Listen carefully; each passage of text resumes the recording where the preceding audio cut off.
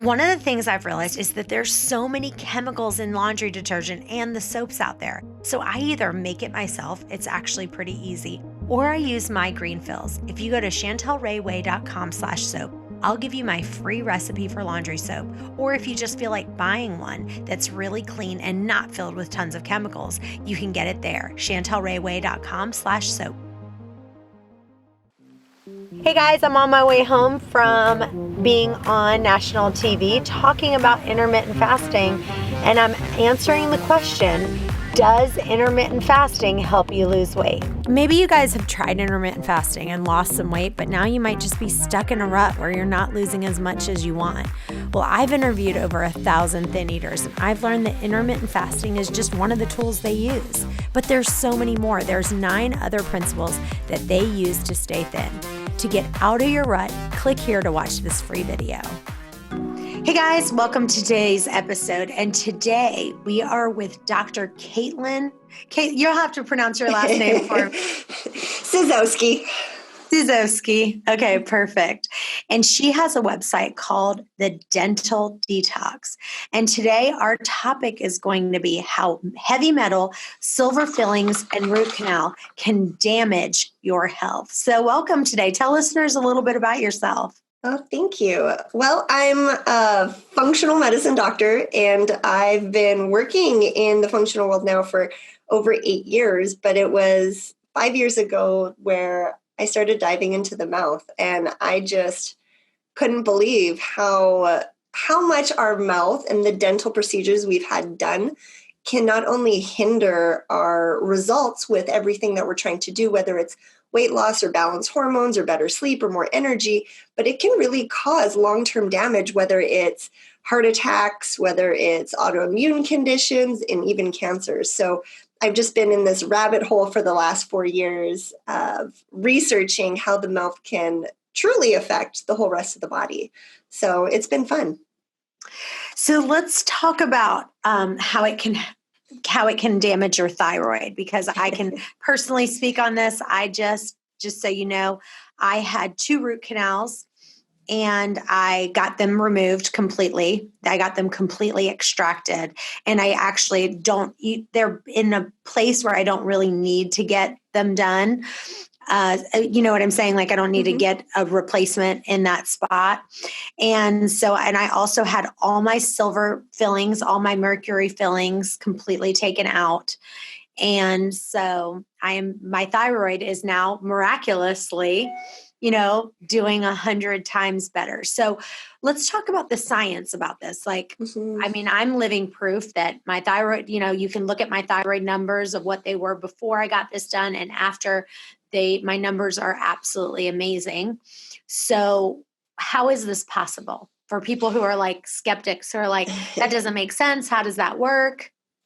Yeah, so there's a bunch of things. The fact that you had silver fillings, let's start there for a second, because the mercury in the fillings that get released has an affinity for your thyroid.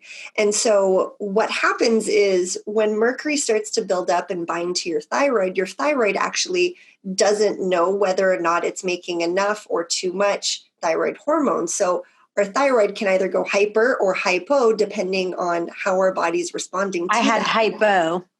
Yeah, and that one's way more common. So that means your thyroid was just not producing enough thyroid hormone. It didn't understand that it needed to make more.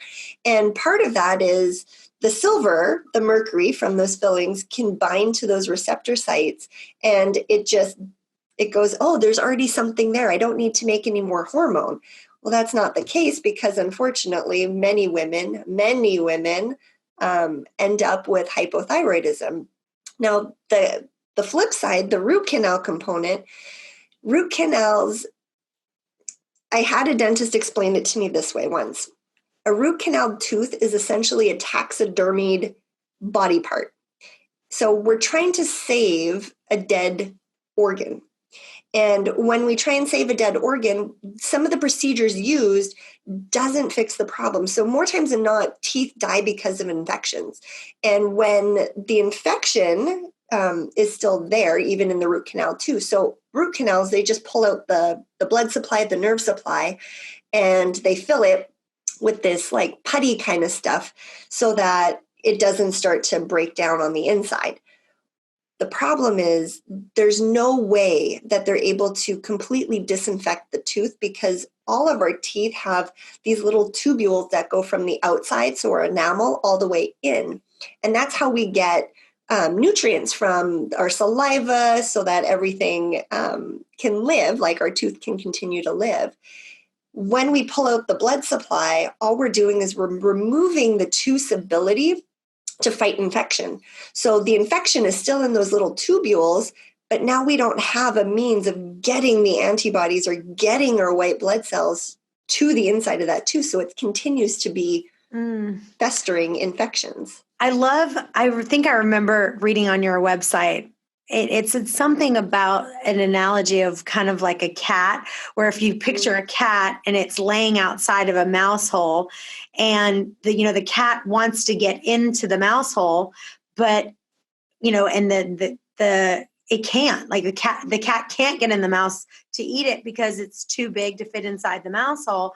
Mm-hmm. And so you're saying basically the cat, which is your immune system, and then the mouse hole is like that tube hole. It can't get in there is that right? Am I repeating that right? Oh no, you're 100% right. And the mouse is the infection. So right.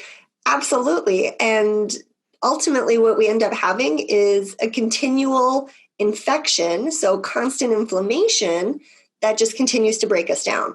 And then that infection drains into our lymphatic systems in our jaw, which then drains into our neck, which then goes everywhere. So that's how infections in our mouth can wreak havoc at any part of our body. And it's so frustrating, so frustrating. But I'm so happy that you got your teeth, like your 2 root canal teeth removed, and you saw massive improvement right away. That's amazing.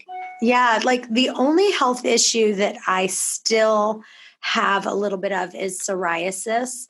Mm-hmm. And so I still have a little bit of psoriasis here. And I don't know if that has anything. I'm trying to think. The only thing that I did get my wisdom teeth pulled, but I just got pulled. But I think I've taken care of all my silver fillings. I've gotten my root canals.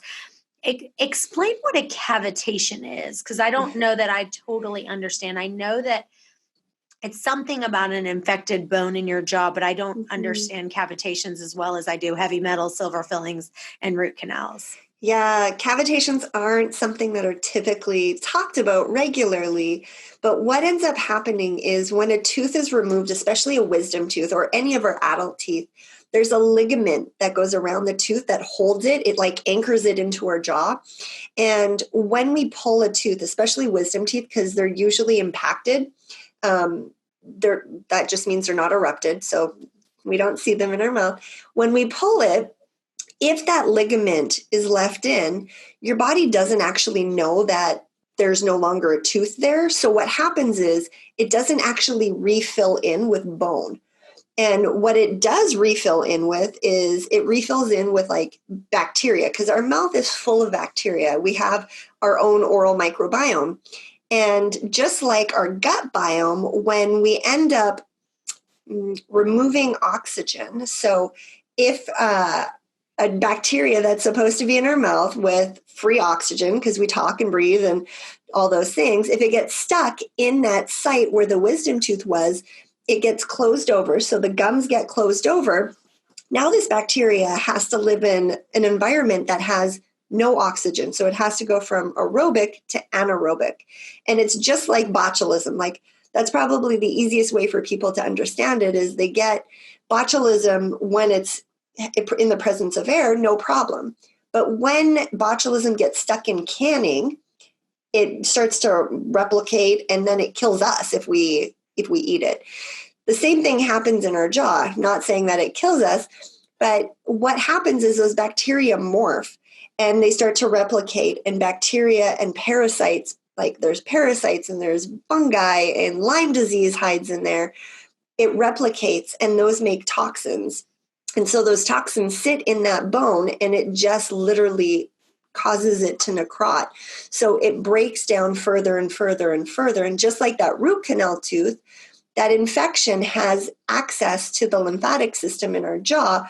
And once it's in our lymphatics and our blood supply, it can go anywhere. So my cavitation story is I ended up having really, really bad cavitations. They thought that they were going to end up breaking my jaw accidentally from trying to take out all the necrotic tissue.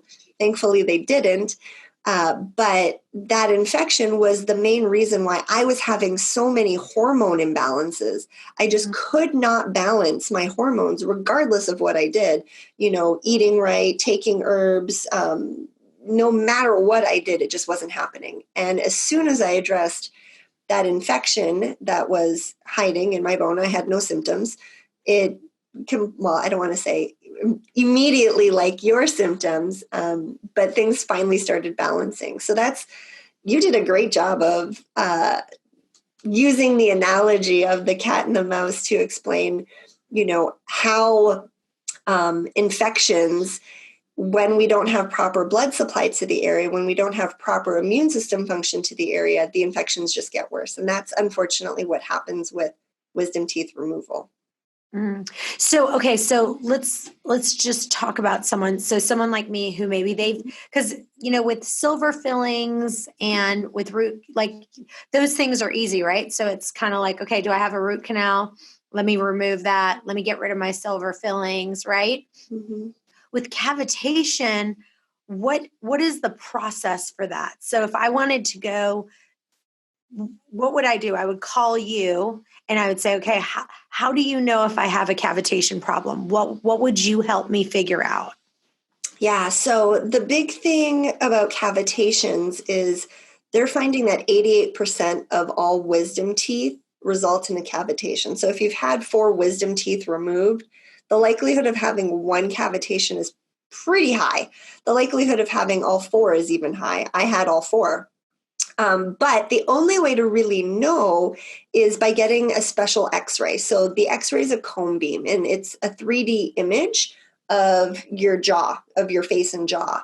Mm-hmm. And why the 3D image is important is because they can go in and slice it. So it's just like a CAT scan that you would get done on any other part of your body. And they can go in and start to slice it little by little to really see, okay, what's happening? Is there any deformities in the bone? Is there any lucencies or opaque like dark spots? And that way they can see, okay, do you have a cavitation? Because you can actually even have a cavitation under a root canal tooth. Like a cyst can form under a tooth that has been treated with a root canal. And so the cone beam is really what you'd want to use. And unfortunately, most dentists don't have it, but I'll happily give you guys the website that you can go on and find a dentist that is typically a little more trained in not just, understanding why removing silver fillings is important, because there's still a lot of dentists out there that think, oh, they're fine, no big deal. But they also know to look for those hidden infections in your mouth. So the website is IAOMT.org or IABDM.org. So those are the 2 websites that have more holistically trained dentists, which are typically, like I said, more cutting edge and have at least the understanding of where to send you to go get a cone beam done. And then, and I think most endodontists have that, right? Because when I went to go get because I'm wondering, I think I've already gotten that done. Because I think when I went to go get my root canals removed, mm-hmm. I'm pretty sure they did a cone beam X-ray when I went to go to that person. Awesome. Yeah. And that's great, because that means that more and more dentists are utilizing this special technology to really see what is going on and how can they best assist or help the individual in front of them, because they understand typically that it's not just a problem in the mouth, that problem could be affecting them systemically elsewhere. So that's amazing. The other thing is with those cone beams, making sure that the dentist or the endodontist knows how to properly read them, because they have to have certain computer system. And I don't have the computer system, but it's a certain computer system. It's a program that allows them to go through and actually break it down. So there's a lot of times when cavitations and infections are missed just because the individual looking at the cone beam doesn't really know what they're looking for. So typically sending it to either a dental specialist who is trained in how to read them, or sending it off to a radiologist, which is what I did. So I had mine sent off to a radiologist to make sure that I completely understood what was happening so I could make the best decision for my health. Because, when you don't really know what's going on, you can't really make a good decision long term.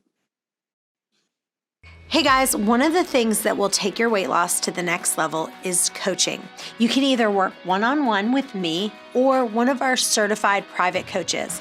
If you'd like, you can schedule your free call. It's a 10-minute strategy call just to see if coaching is going to really take you to the next level. The other thing is listening to the audiobook. Listening to the audiobook and getting the video course that I've done, people are seeing dramatic results. If you just listen to the audiobook 30 minutes a day over and over and over again and get the video course, go to chantelrayway.com and check out the video course. You won't be sorry you did. Hey guys, I want to tell you about a great product that you absolutely cannot live without, and it's called Digest Aid. When you're stressed, you might not be able to produce as much stomach acid. And if you're eating a little more right now and you're stressed, you need help to digest your food. My Digest Aid that I created has enzymes that are capable of doing just that. It has both betaine HCl, not just HCl, but an enzyme pepsin that helps your body digest your food, which is really unique. And right now, all of our products are 30% off. Go to chantelrayway.com, click on store, and get yours for 30% off. Just use the promo code PODCAST. I don't know about you guys, but I've been doing a ton of cooking lately, and I've been having so many new recipes. Go to chantelrayway.com/free recipes to get the best kale dressing recipe you'll ever have, the dairy-free artichoke dip that you will love for completely free. I also want to give you my entire free smoothie book that has the best smoothies. One of the things that can help you lose weight is just to replace one of your meals with an amazing smoothie. So if you're eating 2 meals, just make one of them a smoothie. You can get my free amazing recipe book at chantelrayway.com/free recipe. And our protein shakes are amazing as well. And right now they're 30% off. Go to chantelrayway.com, click on store, and use podcast for the 30% off your protein shake. Mm-hmm. So when they... So can you read those? Like if I went to my doctor and said, okay, I remember you guys did a cone beam, x-ray of my whole mouth. Can you send me those? Is that something you can read and say, yes, Chantel, you do have a cavitation problem, or would you be referring that to a dentist? So what I would do is I would actually send it off to a radiologist. So a specific, there's a specific center, it's beam readers, that they go through and they actually read it. And what I would do if somebody were coming through me would put on there, okay, these are the areas that you need to look at because they've had these teeth removed, or they had 3 root canals, and these are the root canals on these teeth. And so making sure that they understand what could potentially be going on so that they could make the best analysis off of your cone beam. So it definitely would not be me doing it, but when they send the results back, then understanding how to talk with the individual and be like, okay, look, this is what they see happening. This is what's going on. And this is how it could potentially be affecting the rest of your body. That's really where I excel at. So I'm not a dentist by no means, but looking at how the mouth directly links and affects to the rest of the body is really my passion. That's really where I love to spend time reading and researching. Awesome.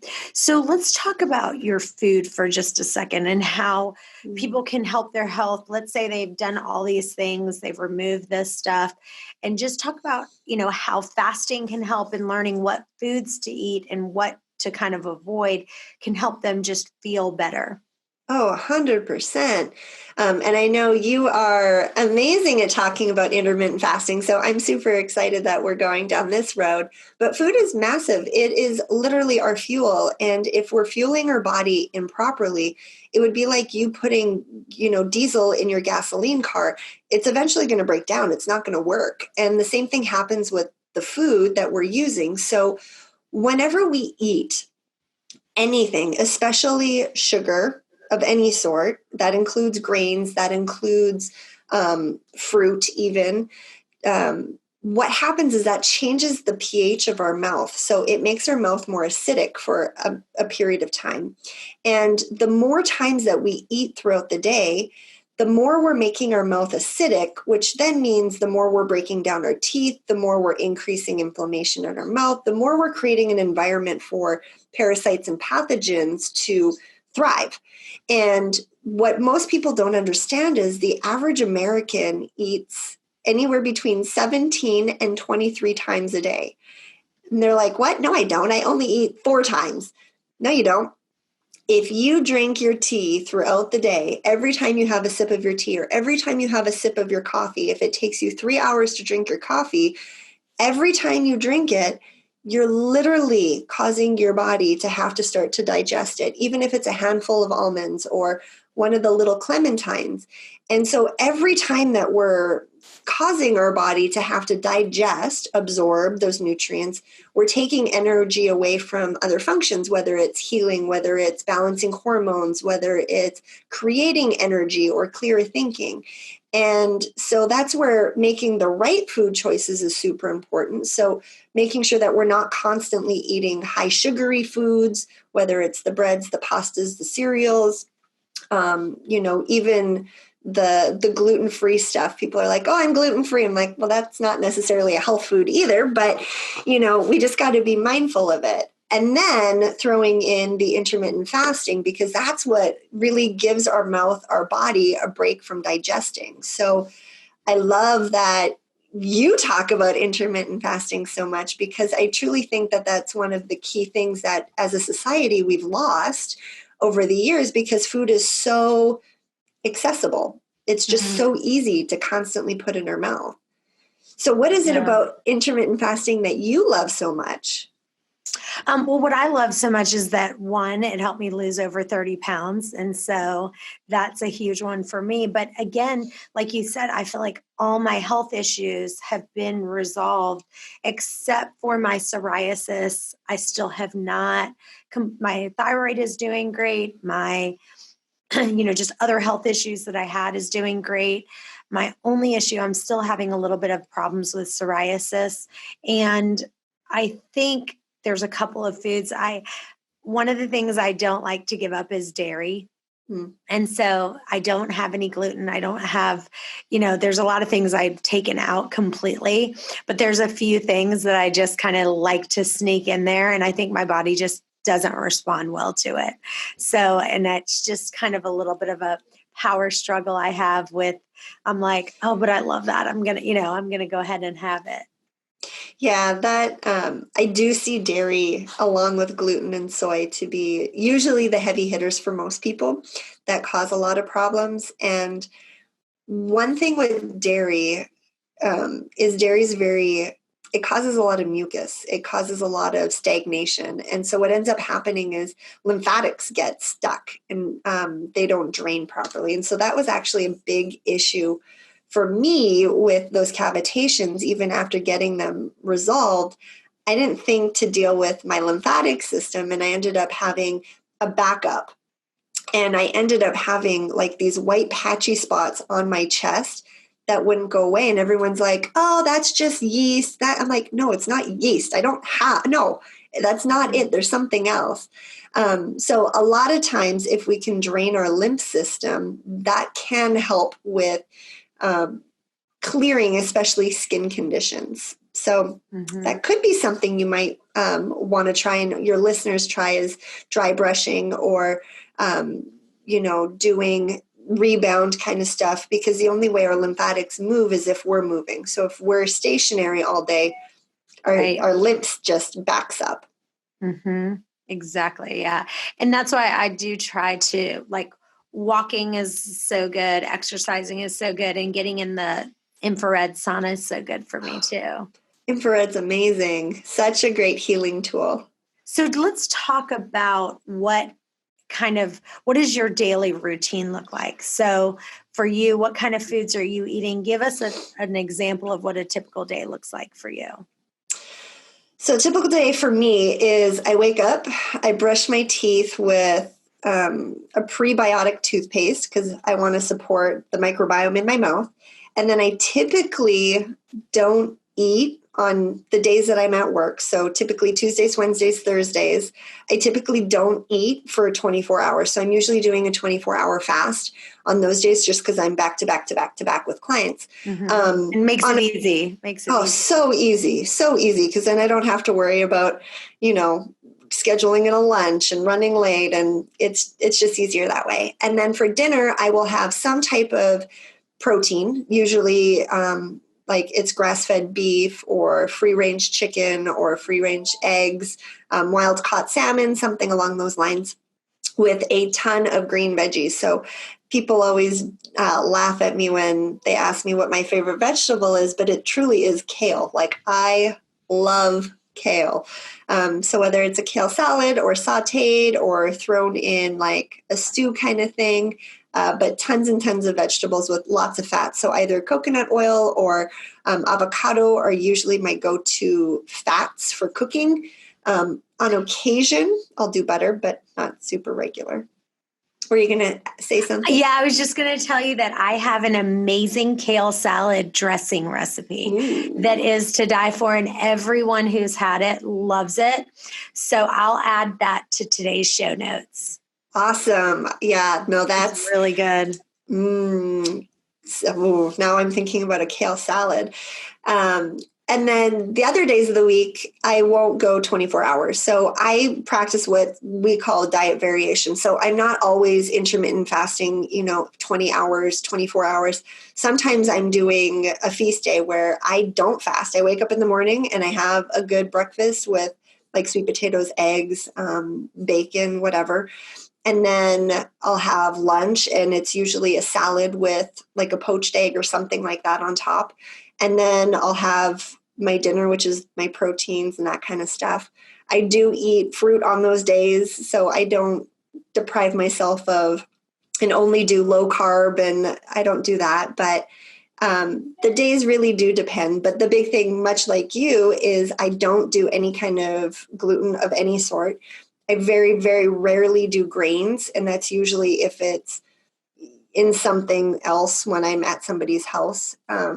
But it's usually vegetables and protein. That's typically what I eat on a daily basis. And on occasion, I'll even have a coffee with some either organic heavy cream or coconut cream, those kinds of things. Awesome. I love it. Mm-hmm. Well, this has been amazing. Tell listeners where they can find you and where they can follow you. Yeah, so they can find, if they want more information on the mouth, they can go to thedentaldetox.com, where we talk about everything from proper silver filling or removal to the detox component afterwards to finding those hidden infections in your mouth. And we're even I'm working on putting on more blogs about proper toothpaste and proper dental floss and all those kinds of things that nobody really talks about. And then you can also find me on Facebook. It's Dr. Caitlin Czezowski. I have a public figure page where I typically do videos a few times a week and throw up posts and recipes and things like that there. Awesome. Well, I do have one more question I need to ask you before we go. Yes. So it's funny because I have a good friend of mine, and she was like, she was debating whether she should get a root canal or not get one. Like she had to do something. And so she came to me and I said, absolutely not. Do not get the root canal. Do not do it. And then afterwards, she started having all these thyroid problems. And I said, I told you not to do it. And so her concern was, she was like, yeah, but if I get my tooth pulled, then I have to get it extracted. Then I have a hole in that spot. Then I have to wait 6 to 9 months. It's way more expensive, and, she just talked, her friends were like, it's fine, so anyway, she listened to them. And afterwards she came to me, she was like, I knew I shouldn't have listened to you. So give someone, because obviously I didn't do a good job of convincing her, right? So let's pretend that you were the person and they came to you and they said, listen, I went to the doctor. My tooth is hurting. My doctor's telling me I have to get a root canal. Go. Okay. First thing I would say is get a second opinion, because you might not need a root canal. There might be some other things that they can do. So now, like what? Depending on what's happening. So sometimes it's the inflammation that's causing the pain. So if they can get the inflammation down, the pain will go away, and then you might still need a filling or a cavity filled, but it's not to the extent of needing a root canal, like having your tooth actually taxidermied. So that would be the first thing. If they go back to like a holistic dentist and they're like, no, this tooth is dead, there's no blood flow to it anymore, it needs to either be root canaled or pulled, there'd be two conversations. I personally will never get a root canal because I know long-term what it's going to cost me health-wise. Now, yes, a root canal is less expensive than having it pulled and getting an implant, but when you look at long-term, what it could potentially cost you with either the hormone imbalances, autoimmune conditions, cancer, it's not going to cost you even close to that getting an implant done. The other option is, depending on where the tooth is, you might, like you, not need to replace it. So there's really, you have to weigh the pros and cons. Now, the other option is if you're like, okay, my kid's getting married, I can't be toothless in these pictures, blah, blah, blah. Okay, maybe you get the root canal done. It's for a short period of time, knowing full well that you are going to pull that tooth and then get it taken care of long term, because that reinfection is the part that's really damaging to your health. And as long as that root canal is in your mouth, you're breaking down your health. There's no other way to explain it. Right, and so those are really Isn't big that too. funny that I'm pretty sure she got the exact same tooth pulled that I needed to get to. And then now she's on Synthroid. I'm like, go listen to my episode on why you should not be taking Synthroid. You should be moving to a natural desiccated. But she's finally coming around and starting to listen. But sometimes people just have to learn it from themselves. They do. And everybody's on their own journey. And sometimes, and don't get me wrong, nobody wants to have a toothless smile by any means, myself included. But you have to really look at long term. What is keeping that tooth going to do to you? Is it going to deprive you of energy? Is it going to make your health, deteriorate to a point where you're no longer enjoying it? What is going to happen? Because you don't necessarily have to get an implant. You might be able to get a partial bridge or a bridge. There's some other options there depending on the tooth, but it's ultimately what's best for you. But really the thing that I can tell people is long term, getting the root canal is not likely to save you money in what you're going to spend in trying to recapture your health if you start to lose it. So that's usually the part that they're not told. They're just looking at like the immediate, like, okay, what's out of pocket right now? Yeah, that's great. This is awesome. Well, thank you so much for being with us. And you guys stay tuned. We have another episode coming up in just a bit. Bye-bye for now.